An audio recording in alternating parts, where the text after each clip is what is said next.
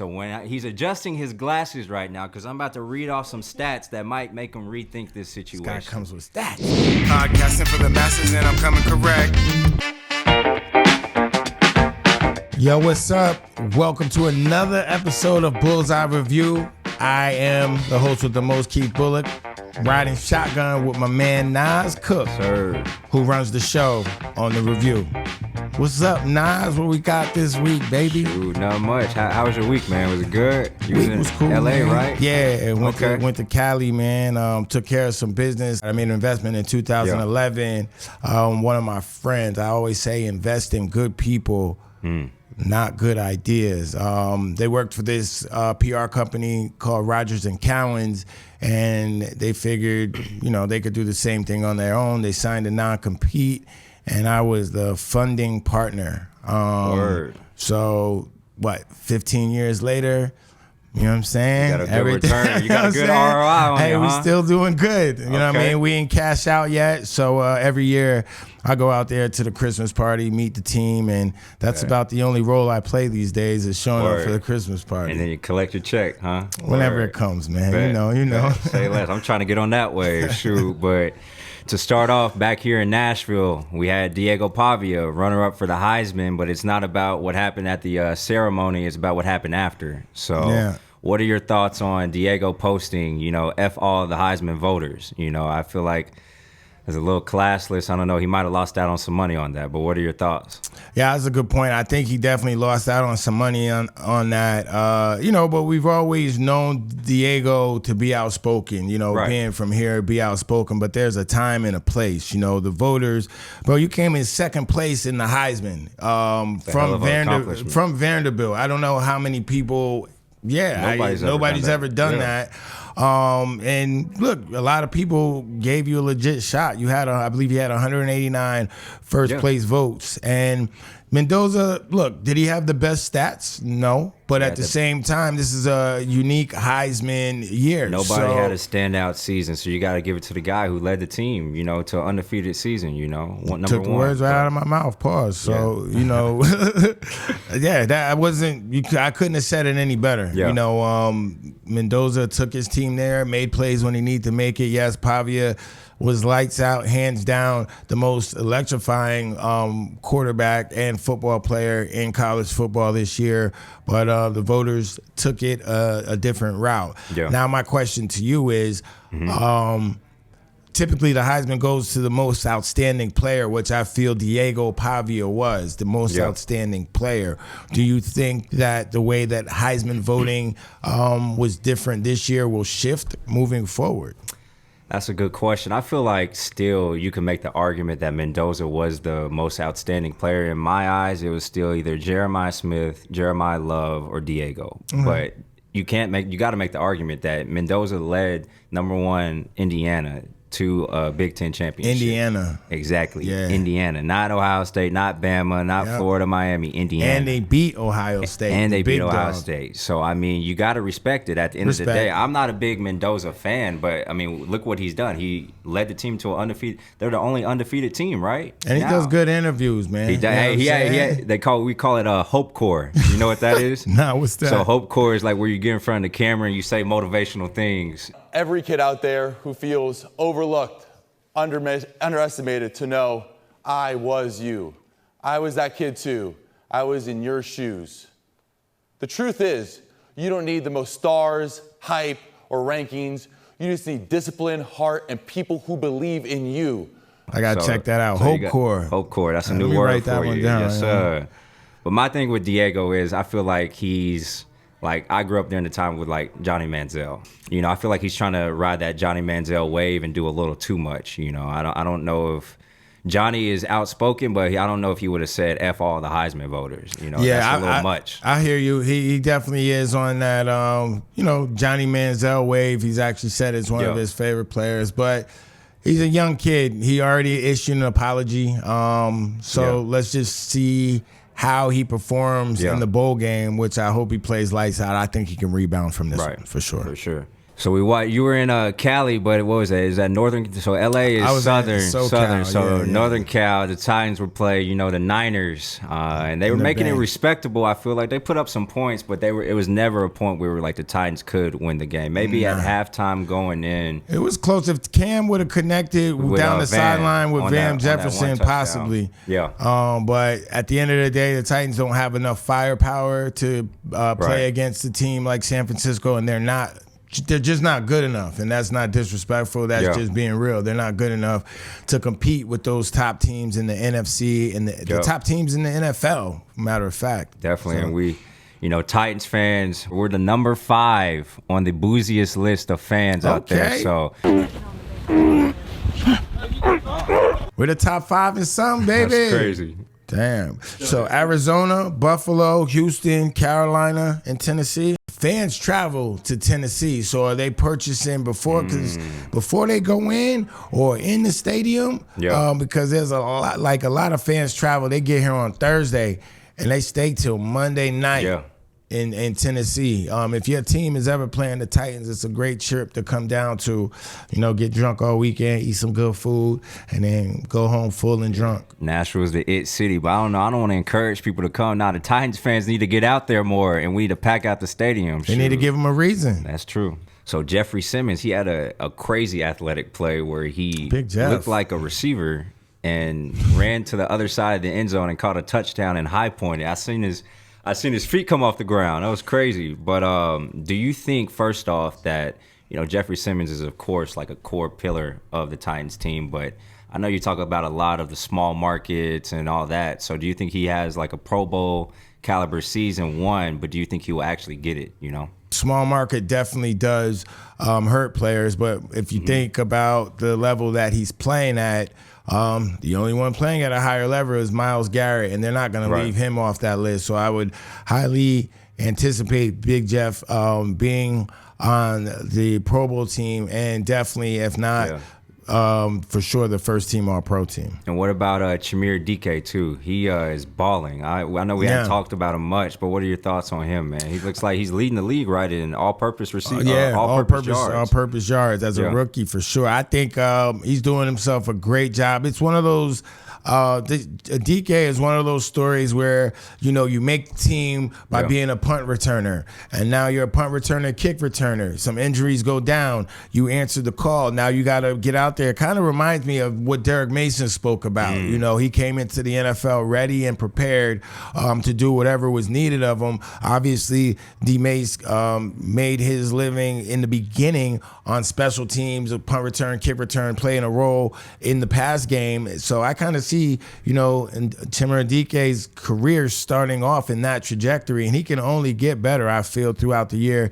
He's answered every call and stepped up on every occasion. They need to stop giving him that bullshit reverse that they keep losing yards on. But other than that, man, it's all good. Word. And big news now this morning is that Jeffrey Simmons' house was broken into, and we're kind of some hoe ass shit, man. That's crazy, man. So we've seen that for Shador now, who got about $200,000 worth of stuff taken. We've seen that last year with Joe Burrow.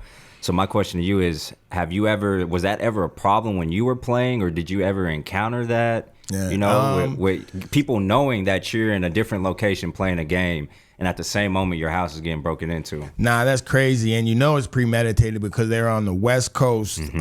So it's one of those things. People knew that they had how much time they would have to actually commit the crime. And it's just I've never had teammates have that situation, but look, we got that Benelli shotgun, and I got a couple Glocks at my house. So, and my kids shoot guns too. Not that they are shooters, but they have handled weapons. So we got about 5 shooters at the Bulluck residence. So they got to think twice when they walk up on there. Think 5 times.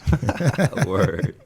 So we've seen too, man. Patrick Mahomes. First off, the Chiefs are out of the playoffs, but first time in a long time, First time in a long time, man. Chris Jones era. Yeah, Chris Jones actually he got emotional speaking about it. Every year is a journey, man, and success is rented every year. Every year you get to rent success, and sometimes it don't go the way you plan for it to go. Yeah, and it's a humbling thing, man. Like, it's like one of those I always think about in my era. You got New England Patriot guys. They've never not been to the playoffs. You know, they don't know what it's like to have losing seasons. And then, you know, shout out to my man. I got to use him as an example. Takeo Spikes. He's never played in a playoff game, you know what I'm saying? But he's had all-pro, Hall of Fame, you know, career, but never to play in the playoffs. So, and to have guys to always play in the playoffs, I don't feel bad for them when they don't make the playoffs. Right. But you know, it's a definite different experience that these Kansas City Chiefs are going through right now. To make it matters worse, that Patrick Mahomes has a torn ACL. You know, so I mean, the Chiefs don't have playoff implications, but if they did, they'd pretty much be out. So how long do you think? Because now they're saying Travis Kelce is going to retire because Mahomes won't be back until probably maybe the middle of the season. But when you had an ACL injury, when did you feel like you were yourself? You know, coming back from that Week 15. Were you yourself that week 1? Did it take until about that bye week? What was it? You know, that's the year I went to. So when I had my ACL surgery, I didn't have the privilege to rehab with the team. My contract was up, so it was like, yo, you can't rehab here. So I had to, for about almost 2 weeks, I was trying to find a place where I felt comfortable doing rehab. I was in New York City at first, rehabbing at the hospital of special services. I remember Wally Zerbiak was in there, former Hooper, and you know, some old people that just had hip replacements. Yeah. And I was like, man, this ain't it. So I had to kind of figure it out. And shout out to Gary Guerrero.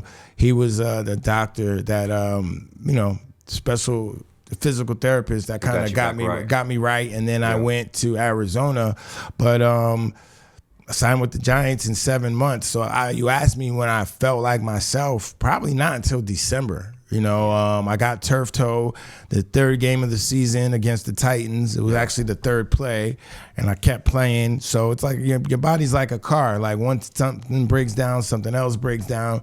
You got to give it the adequate time to come back. So Patrick Mahomes is not who I'm worried about. I'm worried about my guy Micah Parsons, you know, because that was huge. Playoff contention. Playoff contention, but at the same time, you know, getting hurt this late in the year, you know, his timetable to come back, you know, different about the same time, too, right? So I know it's like a lot of torque that has to go off that knee at quarterback. You just sitting back, patting the ball. You know, you might have to evade, and you know, Patrick Mahomes is a little savvy. So you know, we've seen it though. You know, Adrian Peterson came back and ran for 2,000 after an ACL. We've seen you know, people with the medicine today. I was going to ask, how much do you think like the medicine has evolved? You know, is the timetable still, I don't know what it is. Is it 7 to 8 months, or is it now you think it speed up the process? I don't know. Honestly, I ain't gonna hold you. I wish I would have just took HGH, man. You know that's the stuff that Peyton Manning took, right? I don't know. I'm not saying anyone took HGH, human growth hormone. What I knew, is that banned? That's banned. Yes, that's banned now. Yes, that's banned. It's an illegal. I thought it was a supplement or something. I don't know. HGH. I heard it before. Yeah, they be supplementing with it. You know, whoever does it is not my business. But I say that because, you know, like, if I'm being completely honest, I wasn't on the team. And the way I understand it is like you cycle it, right? So if I did it in February, and most people do it to get strength, right? To heal, that's why they do it. I'm educating right now. This is what I heard. So, shoot. I feel if I would have just did a little bit real quick to get my strength back, you know what I'm saying, and get back out there, nobody would have known. But my whole thing was why I didn't do that. And you know what? HGH and steroids, none of that stuff really came across my face until I got hurt. Like, you know, whisper, oh, you ever try, you know what I mean? And my whole thing was I played my whole career, you know, just natural juices and berries, you know what I'm saying? Maybe some creatine or something like that. But, you know, however, I don't knock those who did it and had to do it. You got to do whatever you had to do to stay out there. There's a lot of pressures. But had I got popped, say that year 11 that I did do it, that tarnishes my whole career. All the work that I did in Tennessee just to get back for that one season. But I never thought about it, but I always say I should have did it. What if you took it? I should have did it. I would have got like 4 more years, son. We're talking Hall of Fame and shit. Shoot, because that was the year after you left. The Giants would have man. If you took the HGH, you get a bowl ring. I'm trying to tell you, man. Damn. No, I actually didn't know HGH was. I thought I heard it with the Peyton Manning. Well, obviously they ain't doing HGH in Princeton. Hell no, I ain't doing no HGH. It ain't that serious. But no, I didn't know it was illegal. Like, I didn't know it was illegal substance. Hey, so this weekend, your man Phillip Rivers came back. Right. Did you see any of the game? I seen a little bit of it. Well, I'll break it down for you. I think I don't. I heard he didn't complete a pass above 20 yards, and he was having trouble like getting it down the field. But I heard he put him in the position to win. It was 18, he checked 16. down Charlie. Yeah, okay. He completed 16 passes. He averaged 4.4 yards a pass, a completion. But check down Charlie, like, yo, bro, 44 years old, hasn't played in 4 years. Yeah. Coming off the couch. I don't care how much high school football or youth football you're coaching. That's gonna be a tall task. Yeah. And for whatever reason, Seattle just kind of sat back in zone. They didn't blitz. I would have blitzed the shit out of his old ass. Yeah, they were trying to respect him, huh?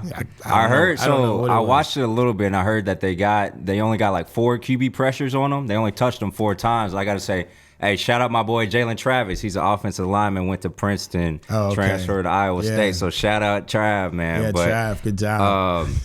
Yeah, I don't know about Rivers. I don't know. Well, who doesn't know about him is Cam Newton. Have you seen what Cam Newton said Cam about him? was hot. Cam was mad as hell about that. Well, I'll tell you what, man. I don't think either one of them should have been out there. You know what I mean? Honestly, look, Ryan Tannehill is somewhere around here. He just finished. I'm sure like he would have went out there. But I believe Phillip Rivers had a relationship with the coach. That's where that came from. He could pick up the offense faster. He was running the Colts offense with his high school team too, so apparently he knew kind of all the plays. Man, I seen him fall down one time. He got up like a 44-year-old man who fell down. Yeah. OBJ, Odell Beckham Jr., we had an interesting conversation talking about $100 million isn't enough to sustain, a high and healthy lifestyle. So that's crazy.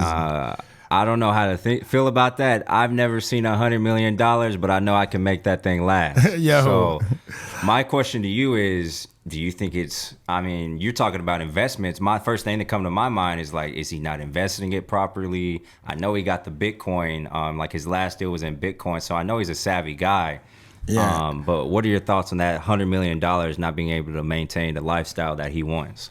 Well, I think the key thing is, and I have to go back and really like break it down, but the key thing is, from what you said, the lifestyle that he wants. What you do have to do is you have to alter your lifestyle at some point. Yeah. And, I played with the cat that had the first $100 million contract in NFL history, in Albert Hainsworth, which he got from the Redskins. And, he's doing fine today.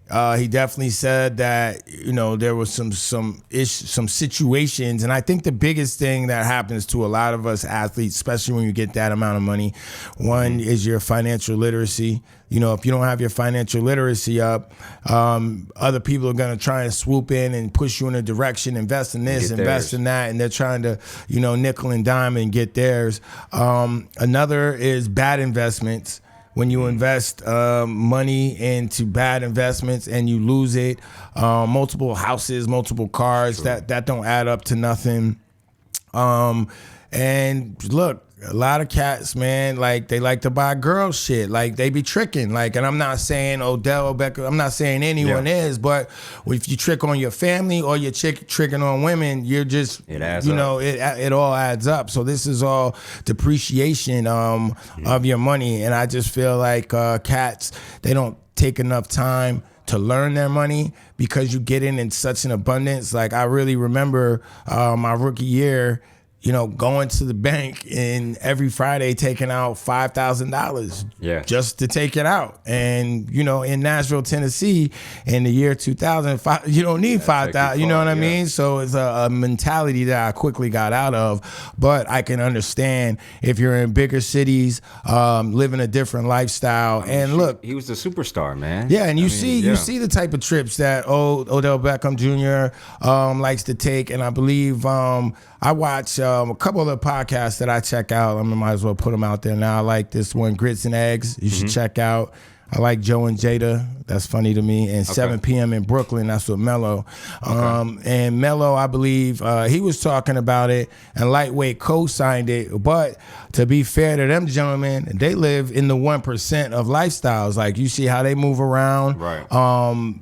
They're doing and those $100 million type things. You just said Mello and Odell were in New York. Shoot, in the big markets, So it might be different strokes for different folks, but let me tell you what, if I had $100 million, we living for generations with $100 million without a problem. Yeah, because my only thing is I keep thinking about these investments, but when you were talking about it in my head, like you probably only hear about the good investments that athletes made. Yeah, I mean, and to stay there is you only know what you know, right? Yeah. And you hope that you land with some good people that are doing right by you. But at the same time, man, you got to take time to educate yourself. A lot of cats, athletes will be like, oh, I'm a boss. They feel like they're going to put money into something, but you're not going to run it. You're going to have someone else run it. Nah, what someone else is going to do is run with your money. You know what I'm saying? And then you're realizing you got to too late. And then I believe another thing is like family.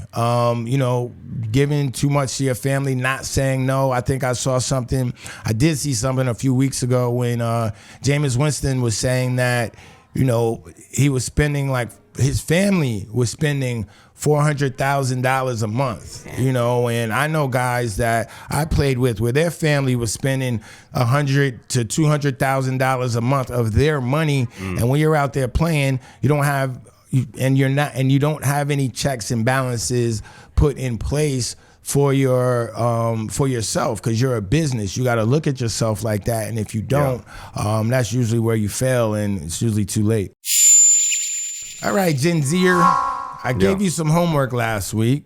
It was to go check out the Diddy doc. The Diddy doc. Wait, no, is it called the Diddy doc? The Reckoning. The Reckoning, I don't want to, fall into the pitfalls of to check out the Reckoning about Sean Puffy Combs' life, right? I guess, yeah. So it was the rise and fall, but going into it, I remember literally seeing the Netflix ad, and I'm like, I'm not watching this because 50 produced it. I mean, don't get me wrong, 50 produces great. I love Power, I love all that. But in my mind, I was like, this is going to be a slam. Why you doing what you think? 50 going to come for you? Sure. Hey, I don't want, hey, 50, we all good. And I don't want hey, I'm good. Hey, we straight. I ain't trying to get on his bad side at all. You seen with Marlon Wayans too. But anyways, hey, me and 50, hey bro, whatever you need, we good. I'm not trying to get on that. But I thought he was just gonna be slandering him. But when you told me about it, I sat and watched it. It was historical. I'm big into my favorite subject in high school and college. All that was history. Like I love seeing all the cultural relevance. But first, what I didn't know is I didn't know that Diddy got shot. I mean, not Diddy. Tupac got shot 5 times going to the studio where Biggie was at. Yeah. So that's crazy. I had no clue about that. I didn't know that Diddy came up off of basically, I don't know, was it 6 people dying at the basketball event and all that. But what the big takeaway for me is, and I'm about to nerd out for you real quick. Every time you see it at the beginning and the end of the episode, and sometimes throughout, 50 loves to throw out that Diddy got convicted on the Mann Act. And when I saw that, I was like, man, that is crazy. Because explain the Mann Act. I got you. I got the Mann Act. So I wrote a senior thesis on black athletes and political activism. And I traced it all the way back to Jack Johnson up until Colin Kaepernick, LeBron James, and all that. But the Mann Act started in 1910 to stop Jack Johnson, which was a professional boxer. He was like one of the first black heavyweight boxers. He was real successful. He was a Renaissance man. He was into jazz, into movies and all that. But he got into trouble where he was dating white women. No, they don't like and that. Then in the 1910s, as you could imagine, that was a Michigan no-no. coach, they don't like that. As you can imagine, that was a no-no. So they hit Johnson with the Mann Act, which was prostitution across state lines. That's crazy. And all that because he was dating these white women at the time. So now to look back on that, he was convicted of that like on June 1910 or 1913. And now in July of 2025, Diddy got hit with the Mann Act. And my thing is, I feel like Diddy should be in jail, but I don't know. That felt like a BS charge that they hit him with. I don't know where the domestic violence charges were at. I don't even know why he got hit with like that RICO charge. But if you were going to hit Diddy with something, they missed their shot because he's about to be out in 2 years. So that's what I took away from the Diddy documentary. It was real historical. Shout out to 50. Again, I don't want no problems. It was a great documentary. But. Well, you know what? I like and I appreciate your take because it's like non-biased. You didn't know any of the history. Yeah. Like you never went to a Puffy party. You never went to a Diddy party. You never had those opportunities. And look, I don't really have an opinion on it. I just watched it very objectively, subjectively, all the objectivelies. And I think your opinion kind of sums it up. I'm glad you took time to watch it, because growing up in that era, the late 90s through the 2000s, like I told you last week, me and my crew, we were definitely on the scene. Yeah. We definitely knew people that worked at Daddy's House, females that worked for, people that worked for Bad Boy. So we were pretty close to it. I never knew Sean Combs or Puffy, but I definitely, everyone in New York, P. Diddy ran the city. You heard? Diddy ran the city. It's crazy to see how he just rose to that because it clearly you could see like he couldn't rap. Well, I feel like it's a tale of like I saw like Gilbert Arenas. He said that he threw a party in D.C. to he wanted to get an Adidas deal. Like Adidas said he wasn't popular enough, so who'd he call to throw the party? He called Puffy. You know what I mean? To make him more famous, or I don't want to say to make him more famous, but to appear more popular in the brand's eyes so he can land the deal. So I think the way he said it and put it out there was he spent $2 million to make 40. So, to each their own. I ain't mad at him. He made a play. Word. Before we get out of here, your man Bron is back on the Lakers. He just hit Phoenix Suns. Game winners. Game winners. But they were in first place. Okay. Now, if you want to check, you can check the stats. They've been going down, down, down ever since the king came back. You know what I'm saying? All I got. And hold up. Go ahead. Why he went the other night to the head coach, J.J. Redick, said that he wanted Luka to shoot the technical foul shot against the Suns from the Dylan Brooks. You got a tech. Yeah. LeBron said, I just went to the line to shoot it. Aren't I qualified? Something like that. But he said he didn't see anything wrong with it. So LeBron doesn't see anything wrong about him making the decision to shoot the technical when the head coach wants Luka, who is the leading scorer on the team and the star and face of the Lakers right now, to shoot the shot. Hey, what you got for that, man? All I got to say is, did they win the game? They won the game, right? So what are we even having an argument with that? But what I gathered through this whole conversation, if y'all listened through it, we done talked about Phillip Rivers. We talked about somebody else. They were all 40 years old. You were talking about how it's a car wreck. You like each injury is a car wreck. And my thing is, LeBron James is 41 years old. Yeah. He's still dunking on 7-footers. He had a chase down block last night. So when are we going to respect him, give him his flowers? We always respect him. We always respect him. And what was Jordan doing during this time? What was he doing at 41? He was still playing. He wasn't playing like this, though. We gonna see who got them. We got to pull it up. We'll be back. I guess this is gonna be something we're gonna get into. I'm gonna end with this. You all say I'm gonna let you end the longevity argument against Bron. He came in at 17 years old. He's been in the league for 20 years.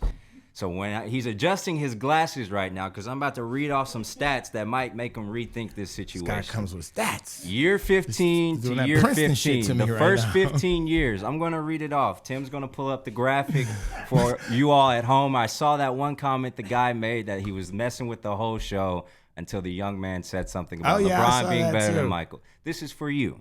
So, field goal attempts. 29,034 for Michael. Get my shit out. 27,389 for LeBron.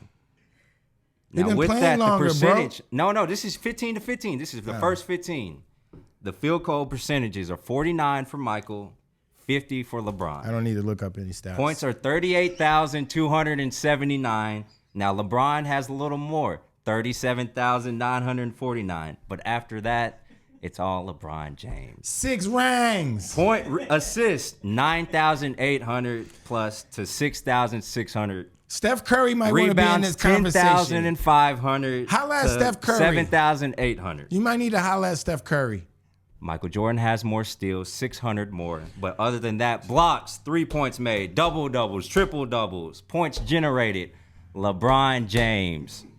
Now with that, you're going to say that LeBron only has 4 rings to Jordan's 6 rings. 6 for 6. 6 for 6. But what I got to say, LeBron is like 4 for 10? LeBron went to 4 for 10 straight finals.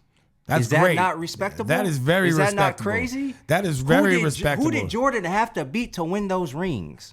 Doesn't matter. He beat them. Yo, so that's another episode of Bullseye Review. Do me a favor. Do us a favor. Like, subscribe, ask questions. Comment. All that good shit that you do for the other podcasts.